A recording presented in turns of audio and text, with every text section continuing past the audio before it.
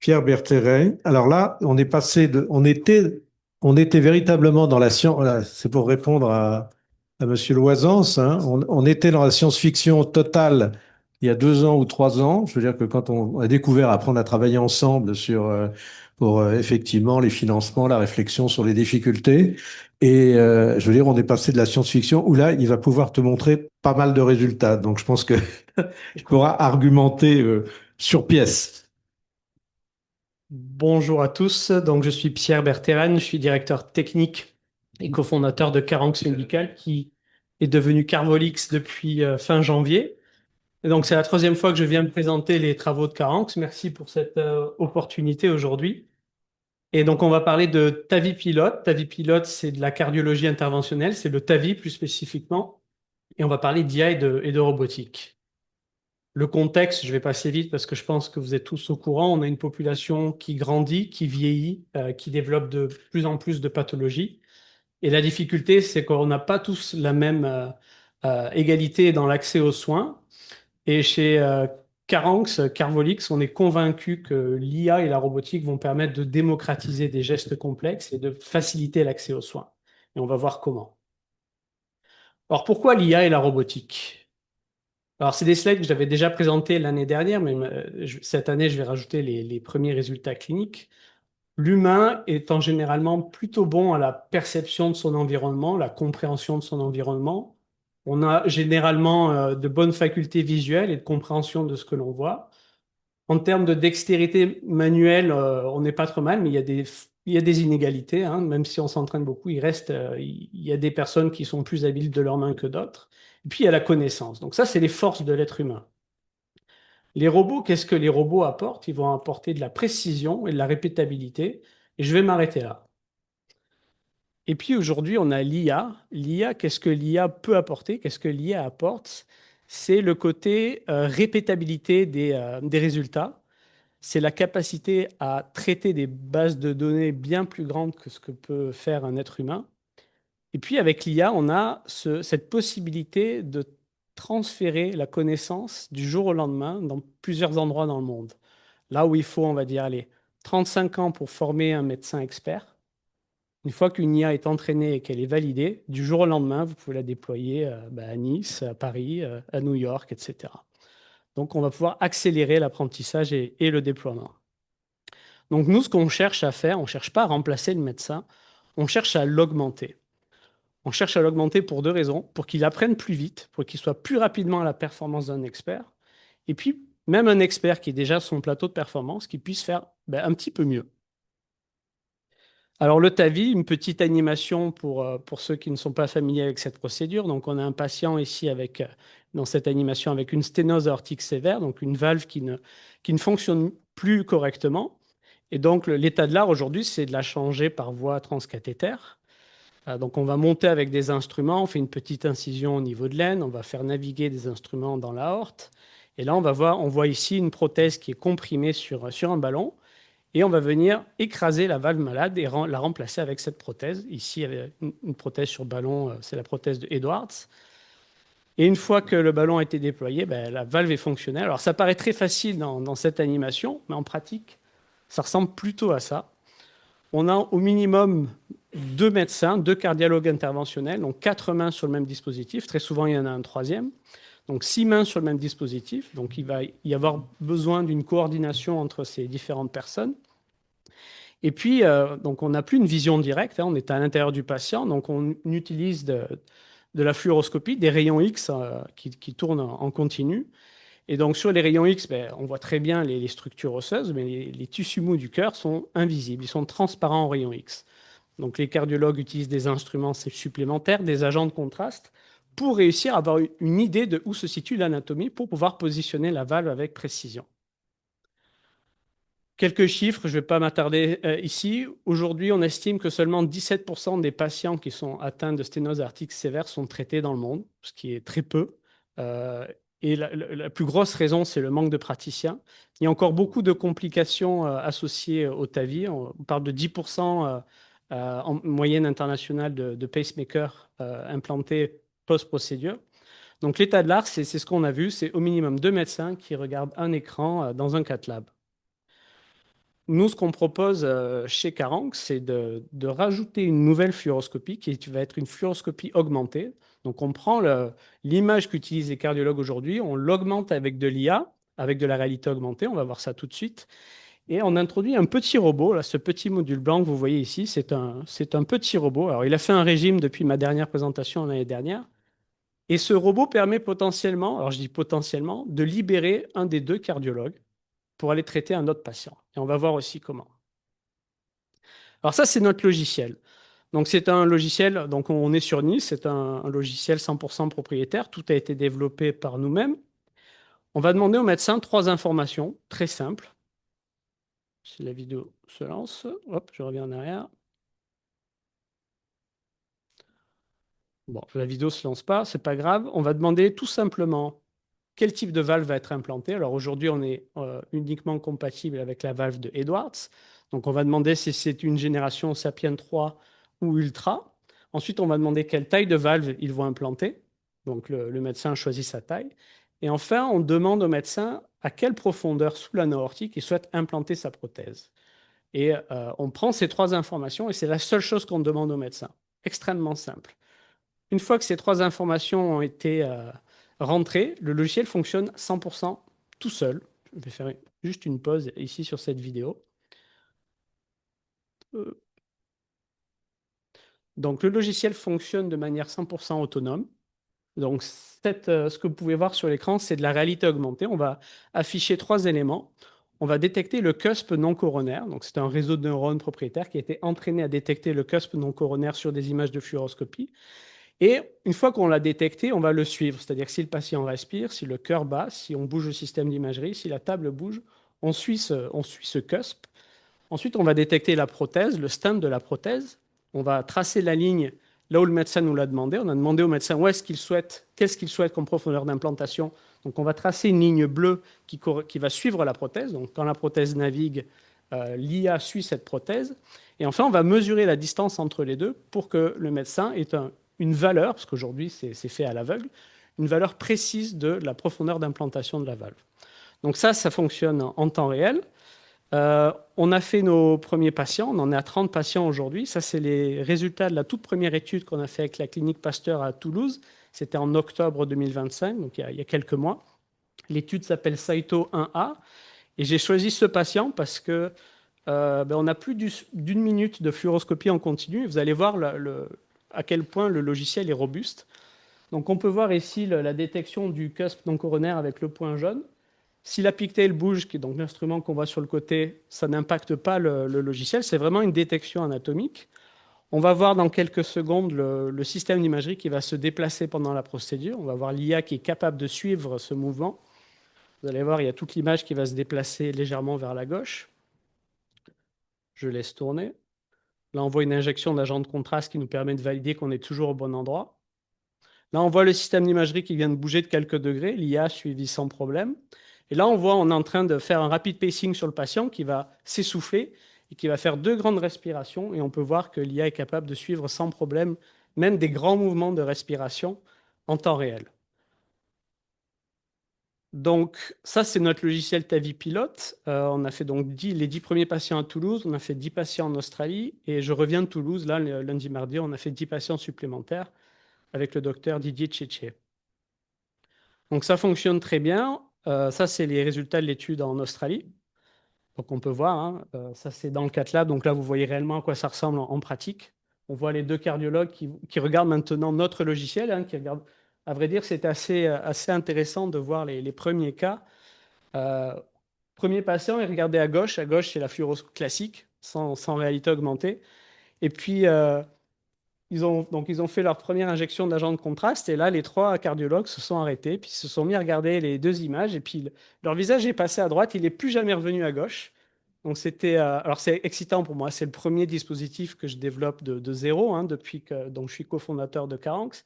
C'est très excitant de voir son produit arriver en clinique, surtout son premier produit, et de voir la réaction des médecins aussi. Donc, premier patient, on a vu les visages se tourner vers la fluoroscopie augmentée. Et puis, en fait, ils se sont habitués très, très vite au logiciel. C'est même pratiquement devenu quelque chose dont ils ont besoin, puisqu'on a fait, le premier jour, on a fait 7 patients.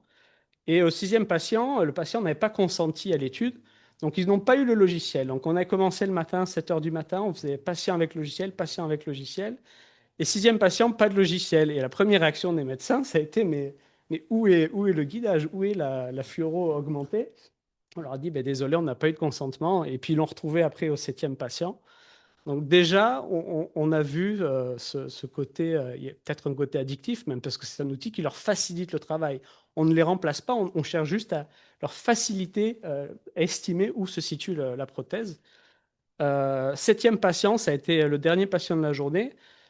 Entre le moment où ils ont introduit la valve et ils l'ont déployée, c'est passé 1 minute 30. Ça a été extrêmement rapide.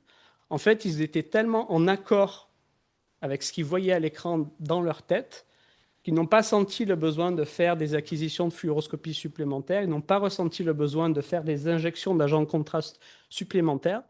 Donc en 1 minute 30, ils ont été suffisamment confiants pour déployer la valve dans ce septième patient. Alors moi, ça me fait un petit peu peur. Je me suis dit, waouh, la courbe d'apprentissage et la confiance dans le système est rapide. Après, nous, on a développé tous les outils, on en parlait tout à l'heure, Brice Gaillet parlait du PCCP et de la certification FDA. Donc, on a obtenu la certification 510K sur notre logiciel aux États-Unis. Et ce qu'il faut prouver aux autorités quand on utilise de l'IA, c'est que si l'IA échoue, ce qui arrive, hein, l'IA échoue, l'IA fait des erreurs, qu'on sache le détecter.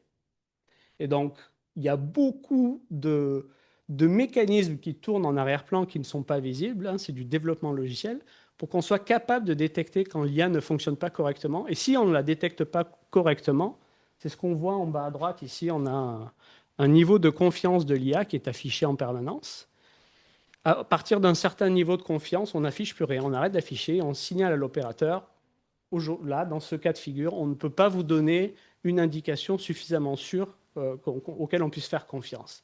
Donc ça fonctionne comme ça. Notre logiciel, donc on a obtenu l'autorisation de la FDA, un 510K. On est compatible avec tous les CATLAB classiques, que ce soit du Siemens, du GE ou du Philips. Donc on a prouvé l'interopérabilité du logiciel. Et maintenant, je vais parler du robot. Donc, je vous avais montré cette photo l'année dernière. Donc, on voit le logiciel sur l'écran. Et ça, c'était un prototype qu'on a amené sur l'animal qui était capable de manipuler absolument toute la procédure TAVI, que ce soit pousser les cathéters, manipuler la poignée du système de largage, manipuler les guides, gonfler le ballon. Donc, c'était vraiment le package complet. Donc, on avait amené ça sur le cochon. On avait montré qu'un seul opérateur pouvait faire toute la procédure. Il peut même le faire de n'importe où. Il peut le faire de la salle de contrôle et être à l'abri des rayons X. Là, on voit une implantation de valve sur un cochon. Donc, notre objectif, j'en avais parlé l'année dernière, c'était d'amener ce robot sur l'humain. Et puis là, on a un peu, c'est là qu'on a fait faire un régime à notre robot. On s'est dit, quel est le bloc le plus important aujourd'hui pour le cardiologue interventionnel? Et donc, on en arrive à la conclusion que le bloc le plus important, c'est celui qui permet de pousser et de tirer le cathéter et qui permet de positionner la valve. Donc, le régime du robot a donné ça, c'est le tout petit module qui est ici. Et donc, ça, c'est notre robot. Alors, l'avantage de ce robot-là, un peu comme le Maestro, c'est que c'est un robot qui ne coûte presque rien, donc il n'y a pas de gros investissements, il n'y a pas besoin de sortir 1 million. C'est un robot qu'on peut proposer en pay-per-use, en paiement à la procédure. Notre robot, il est tout petit. Je peux le transporter dans mon bagage cabine. Donc, il est très facile à ranger à la fin d'une procédure. On ne vient pas occuper un cath lab. Il s'installe en à peu près 3 minutes. Et on a fait les premiers patients. Alors, notre robot, lui, est compatible par design avec toutes les valves qui existent sur le marché, les valves transcathétères, que ce soit Medtronic, Abbott ou Edwards, et les futures versions qui viendront sur le marché. Et là, je vais vous montrer, donc on a traité 9 patients avec le robot en Australie. Je vais vous montrer quelques vidéos de ces essais cliniques. Donc, ça a été fait à la clinique Macquarie avec le docteur Cal Asres, Michael Wilson, Stephen Worthley et Atta Doust. Alors, la vidéo ne se lance pas, c'est dommage. Allez-y.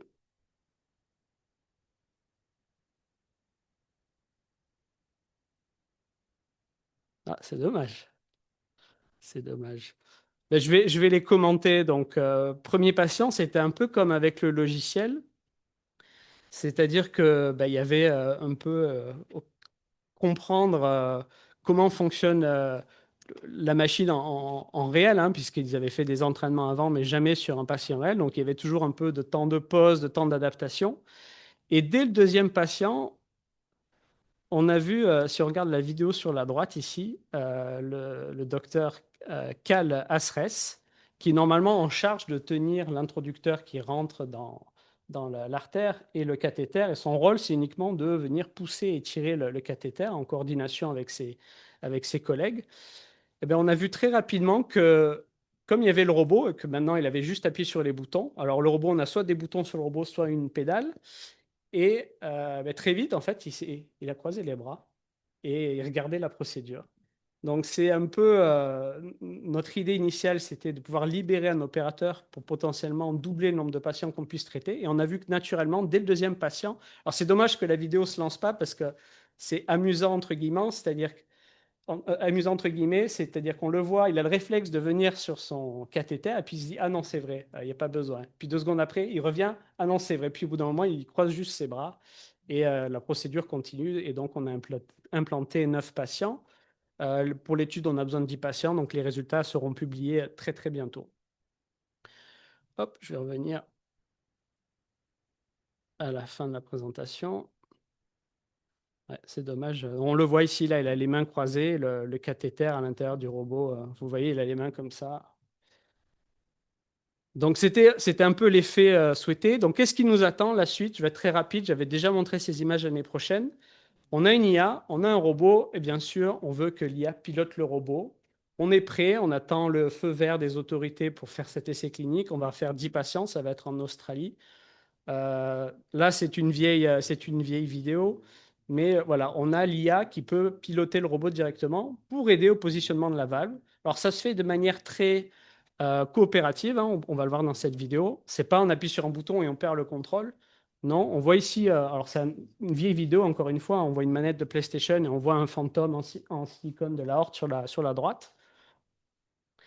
En fait, on a un bouton qu'on appelle le pilote automatique. Vous allez le voir, le médecin va le presser dans une seconde. Et quand on appuie sur ce bouton, c'est l'IA qui pilote le positionnement de la valve. Si vous lâchez le bouton, l'IA s'arrête et vous reprenez le contrôle en téléopération classique. Donc à tout moment, vous êtes dans le contrôle, c'est juste, on appelle ça de la téléopération augmentée. Vous appuyez sur ce bouton, l'IA pilote le robot, vous lâchez le bouton, vous reprenez la main. C'est aussi simple que ça. Et donc ça, on attend avec impatience cet essai clinique. Et donc, ce qu'on a montré en labo, c'est que, ben, je vais être très rapide, le logiciel seul, ben, c'est la variabilité. On a demandé à 3 experts de faire 20 avis chacun. Donc, on voit la variabilité sur 60 avis sans robot, sans logiciel sur la gauche. On leur amène le logiciel, on voit qu'on réduit la variabilité de l'opérateur. On leur amène le robot, on voit qu'on réduit encore un peu la variabilité. Et on amène l'autopilote et la variabilité, elle fait au millimètre. C'est le bruit du système. C'est parce qu'il y a toujours du bruit dans les images par rayon X. Il y a toujours un petit peu de jeu dans les cathéters, c'est élastique, mais il n'y a plus de variabilité, ce qui fait que j'avais dit cette phrase l'année dernière, j'avais été un peu secoué quand je l'avais dit. En gros, même moi, qui ne suis pas médecin, si j'appuie sur ce bouton, je peux arriver à la précision de positionnement d'un expert. Et c'est comme ça qu'on va accélérer l'apprentissage de procédures complexes. Voilà. Ouais. Mer- Merci, merci beaucoup, Pierre. Je pense qu'il va y avoir quelques questions. Moi, j'ai été, bon, on a suivi véritablement cette progression et c'était absolument extraordinaire. Surtout, je veux dire, quand tu as vu, voilà, le fait de dire surtout, c'est comme dans le pilotage automatique en avion, hein, surtout touchez pas, hein. Enfin, donc, faut surtout touchez pas parce que bon, parfois il faut toucher. Mais à la fois, on voit les résultats au point de vue millimétrique, etc., qui sont intéressants sur une implantation totalement automatique. Et je pense que ce qui est vraiment très bien sur votre système, je pense qu'il a été obligatoire pour avoir la validation passée l'approval de la FDA, c'est véritablement de pouvoir avoir la manière de court-circuiter le pilotage automatique pour pouvoir revenir en manuel, etc. Mais bon, je laisserai tout le monde, enfin ceux qui veulent poser des questions. Je crois que là, on atteint, on est, voilà. Bon, j'ai rien à dire. Est-ce qu'il y a des Oui. questions Qui? J'ai une question sur le modèle économique, parce qu'on a parlé de souveraineté sur l'innovation. Dans quelle mesure, et en plus, les autorisations administratives que vous avez sur l'IA, elles sont américaines ou elles sont françaises? Pardon, excusez-moi. Ah oui, alors je répète. Déconcentré, Jean-Claude. Mais Jean-Claude, il fait ça. La question, c'est, la souveraineté. Ouais. Comment le modèle économique, vous arrivez à avoir une boîte qui est, pour l'instant, tient la route apparemment. Et d'autre part, vous avez parlé d'autorisation administrative sur les modèles IA. Est-ce que ce sont des autorisations américaines ou françaises? Alors, sur la partie autorisation, aujourd'hui, nous avons l'approbation américaine de la FDA. Nous avons un 510K depuis juillet de l'année dernière. On espère obtenir le marquage CE d'ici la fin de cette année. C'est en cours. Normalement, d'ici la fin de cette année, on devrait obtenir le marquage CE. Donc, on est parti sur les deux fronts. C'est juste qu'il y en a un qui va beaucoup plus vite que l'autre. C'est les autorités américaines. Exactement. Donc, d'ici quelques mois, si tout se passe bien, on devrait obtenir la certification CE sur le logiciel. Hein. On a divisé. Le robot, ça prend un peu plus de temps, c'est en cours. On devrait obtenir l'approbation FDA du robot à la fin de cette année et marquage CE fin de l'année prochaine, si tout se passe bien. Sur les données, donc la base de données, elle est propriétaire. Donc, on n'a pas de revenus aujourd'hui. On est toujours une start-up, on est toujours financé par un peu de financement non dilutif BPI et beaucoup de financement capital risque. On est en phase pré-commerciale avec le logiciel. On devrait pouvoir commencer à générer des revenus cette année. Mais donc, avec les financements qu'on a obtenus, on a pu créer une base de données propriétaire qui appartient à Caranx Medical, qui est stockée en France sur des serveurs non français, mais en France, sur 2 sites géographiques différents. Euh, Après, tout ce qu'on a développé, que ce soit les logiciels, que ce soit l'entraînement des réseaux de neurones, que ce soit le robot, tout est fabriqué à Nice à 100%. Tout a été développé à Nice, que ce soit l'électronique, le développement logiciel, tout a été fait à Nice. Il y a il y a Monsieur Devalet qui veut poser une question. Oui, bonjour, merci. Je suis soufflé par les progrès qu'on constate. Moi, j'ai une question un petit peu de fond et je rebondis sur ce que vous avez dit, monsieur le dernier orateur, que finalement, vous êtes capable de faire l'opération vous-même alors que vous n'avez aucune formation chirurgicale. J'ai constaté que pendant toute la session, tous les intervenants prennent bien soin de dire que ce sont des aides aux chirurgiens et que ça ne remplace pas les chirurgiens, mais est-ce que c'est pas une espèce de mantra pour rassurer les chirurgiens? Parce que je vois vraiment pas, j'ai retenu du positionnement du TAVI le fait que il y avait que le chirurgien ne choisit, je comprends pas pourquoi il faut d'ailleurs que ce soit un chirurgien humain qui choisisse la taille la prothèse aortique et son positionnement, après tout, il doit y avoir un système facile de détermination anatomique de la meilleure taille, et l'IA devrait pouvoir le faire. Donc, à terme, pourquoi ces précautions oratoires en disant tout le temps, oui, mais il y aura toujours besoin d'un chirurgien? Quelle est la plus-value à terme d'un chirurgien humain? On a l'impression que en fait, l'IA corrige tous les défauts humains, c'est-à-dire l'imprécision, c'est-à-dire l'indécision, et alors, pourquoi prendre ces précautions oratoires et ne pas dire, ben, finalement, nous assistons au dernier jour des chirurgiens humains? Alors, aujourd'hui, la contrainte, elle est réglementaire. C'est la contrainte qui fait que l'humain est toujours dans la boucle. Il faut aussi, il va y avoir une phase d'acceptation. Il y a toujours une phase de transition pour qu'une nouvelle technologie devienne pratique courante.